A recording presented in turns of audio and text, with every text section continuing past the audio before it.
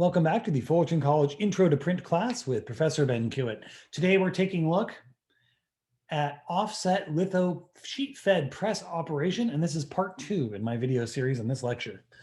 So let's talk ink system setup.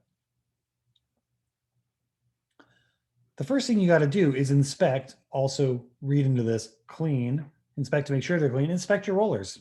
We left off last time talking about inking problems caused by worn out rollers. Inspect them before you put them in. Use good ones, don't use bad ones. Bad ones should be disposed of, recycled, however your company handles that.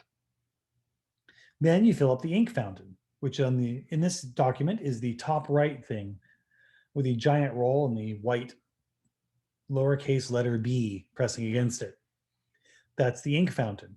You adjust the ink keys. On the side of that, there are lots of small little screws. It's not always screws. On the press we most commonly use in our class, it's screws. They can be switches, they can be dials. Basically, you're going to be adjusting the pressure between the fountain and the fountain roller. More pressure means less ink can go through because you're making the gap smaller. Less pressure means you're opening the floodgates and putting a lot more ink into the system.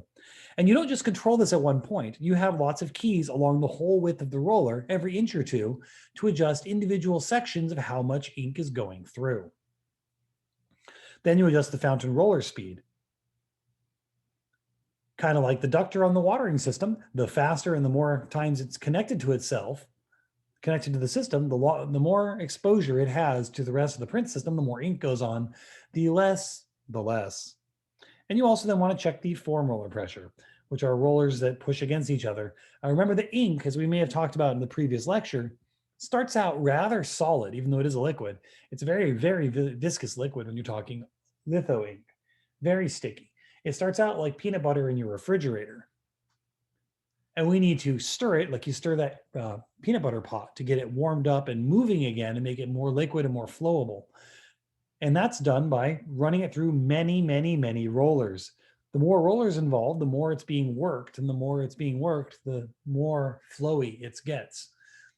So you have to check the form roller pressure, the pressure of all these things that push against to make it into a workable consistency. Delivery systems, we briefly touched on these. One of the most common is called a chain delivery system. When you're new to industrial anything and you see one of these things, the first thing that probably comes to your head is, oh yeah, bicycle chain. I know that was true for me too. Bike chains, a standard system of power transfer in the industrial world since early on. Do you know even the first airplane the Wright brothers built was it's powered by a little motor, but the propellers were turned by bicycle chains. And it helps they were bike mechanics. They were also printers. Did you know that? The Wright brothers were printers and bike mechanics and pioneering aviators. Anyways, I love when it all comes back together, don't you? So bike chains, basically, they go on a sprocket, just like on a bicycle, and they go around and around. The chain delivery system basically takes the motion of the turning of the impression cylinder or the blanket cylinder, depending on the press system, and uses that to pull the paper through and onto a delivery pile.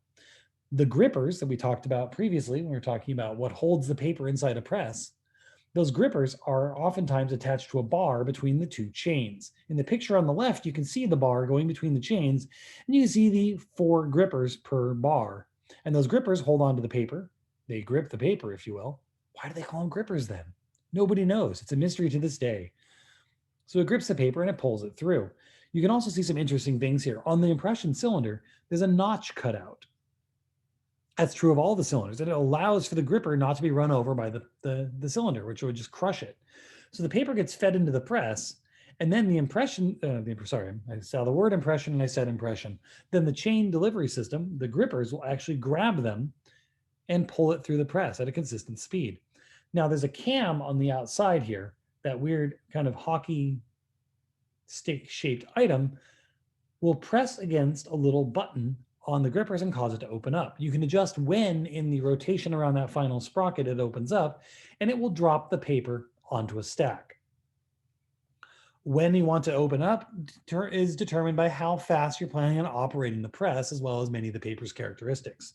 The faster you operate, the sooner you need to let go so the paper doesn't get forced into the wrong place. So to set up a delivery system, the first thing you do is you adjust the grippers to make sure they're gripping. Then you adjust the stationary and jogging guides. On the edge of the pile of paper that's coming out of everything that's been printed, there are guides. Stationary guides. Wow, I really can't type, can I? Station RT. Wow. Yeah, I'm human, or so I'd like you to believe. So these stationary guides are simply just walls the paper goes against. The jogging guide is not someone who is not your personal trainer teaching you how to jog. The jogging guide is a guide that will come in and tap the edge of the stack of paper to make sure it's stacked. Just tap, tap, tap, tapping it constantly. Every time a sheet comes in, it taps it into place. That's a jogging guide. You also need to adjust these things while the press is moving, because the jogging guide is very easy to set up incorrectly if you set it up still. You need to figure out where in its motion of going out and coming in to tap the paper are you adjusting. If you're adjusting the wrong spot, it's going to mash your paper instead of tap it, or in the other direction, not touch it at all and give you a really bad stack. You also then need to control the receiving table. The receiving table is the table underneath that the paper is going on. Typically speaking, the receiving table will automatically, through the motion of the machine, lower itself as you add paper onto it. Except it doesn't do it by sensor, it does it by mechanical means. So you have to set up the gear ratio, more or less, of how quickly that table descends. If it descends too fast, the paper piled on top will just fall off. And if it descends too slowly, your stack gets too high and jams your press. So you have to set the descent rate of that table correctly for how fast you're running the press. Exciting times, right? Lastly, let's talk about some common problems that happen through printing. Here we are back at one of my very favorite airplanes. And again, my comment that there really is nothing quite like getting to fly in a plane with an open top. That's a totally different type of flying. It's a beautiful sky up there. I hope you guys get the chance to go into it someday. I hope I get the chance to go back up someday. Anyways, so the same plane, again, for bonus points, or I don't know if you can really call them cool points. For bonus points, message me. Let me know what kind of plane we're looking at here. And we can nerd out about airplanes. But anyways, so the first one is called ghosting. Ghosting is where the image repeats itself somewhere else on the page. Ghosting is where the image repeats itself. See what I did there? Ghosting happens when somehow you print onto the wrong cylinder. Oftentimes you print onto the impression cylinder or onto another part of the blanket somehow, and then you're printing from 2 points instead of 1. On the top right, we have misregistration. This is a common problem, and if you look at newspapers, you'll see it all the dang time, because newspapers aren't concerned about quality, they're concerned about speed. And in fact, that's one of the reasons so many of them are flagging these days and not doing so well in business, because the best newspaper is not the newspaper with the prettiest pictures, although people like their pictures. The best newspaper is the one that gets published and delivered first, while the news is still fresh and the stories are still new. They're having trouble keeping up with the internet, where you can put stories out immediately, seconds after they happen. They're everywhere in the world. So it's a little trickier for newspapers. Anyways, misregistration means, remember that if you're printing multiple colors, if you're trying to print a full color picture, any printing system, everything we talked about in this chapter setting up, the fountain, the ink rolls, the plate, the blanket, the impression cylinder, all of that setup is so that you can print one color of ink. If you wish to print multiple colors of ink, and it takes 4 colors to print a full color image, that means you have to set that up 4 times. You have to set up 4 plates, 4 fountains, 4 ink systems, 4 impression cylinders, 4 properly packed blankets. And all that setup, those plates have to line up precisely. They have to be mounted the same way on 4 separate cylinders. Consistency is very important in printing. And it's very easy to be slightly off. And one of the horrible truths about printing, although it's kind of cool if you're good at it, is the level of tolerance, or I guess the tolerance for mistakes, is extremely low. Most industrial things have a much higher tolerance. It's fine building trains or airplanes or even rockets. You're not expected to get this level of accuracy. We need to be accurate within the 1,000th of the inch. I don't know any other manufacturing that does that clean a job. Because if you're even off by a budge, by a midge, by a nudge, and just a tiny little oomph, everybody can see it. We need our images to line up exactly. So misregistration is a very common problem. And if you're going to be misregistered, more often than not, yellow's the one out of whack if there's only going to be one, because it's harder to see when you're looking at the little registration marks. Yellow is easy to blend into the paper.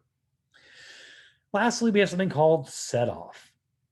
Set off, you can see I have a second picture there. Although the second one might be easier for you to identify. Still bonus points. You can tell me what kind of plane we're looking at there, especially the model, not just the name of the plane, but which model you're looking at.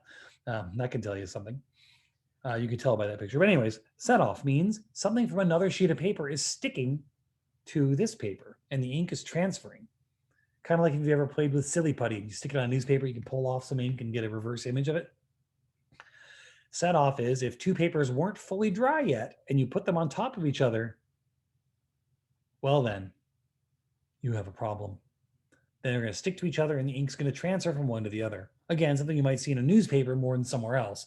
Published books have a higher degree of quality assurance because they know they're going to stick around, they're not disposable, and people are paying more money for them, and you can have time to do a good job. You can look for these problems, though. You can find them out there in the world. Again, if you look at your syllabus, bonus points if you can point out. I mean, actual literal bonus points for the class. So you find these issues and can send me a picture of them showing me that you found these problems in the real world. Other issues include things like picking, where the ink is too sticky and it starts to pull the paper apart. You can have blistering, where the ink bubbles on too much and it causes bubbles. Something called hickeys, not as fun as you'd expect. A hickey is a spot where there's no printing. A hickey means you got a speck of dust in your print. Oftentimes lint from paper or paper dust will get in somewhere, or lint from one of your cleaning rags, and that will create a section where it's not putting ink on the paper, little white spots where there should be ink. Anyways, these have been common problems. I hope this has been useful to you, and I hope we get to practice them together in person soon so you can see what all these things mean. Maybe not the problems, but at least the other parts about setup and cleaning. Again, let me leave you with an exhortation. Keep your presses maintained, keep your presses cleaned. If you don't, the problems will be multiplied, exponential problems for not maintaining your press. Keeping them clean and keeping them operating normally is a huge part of your job in printing.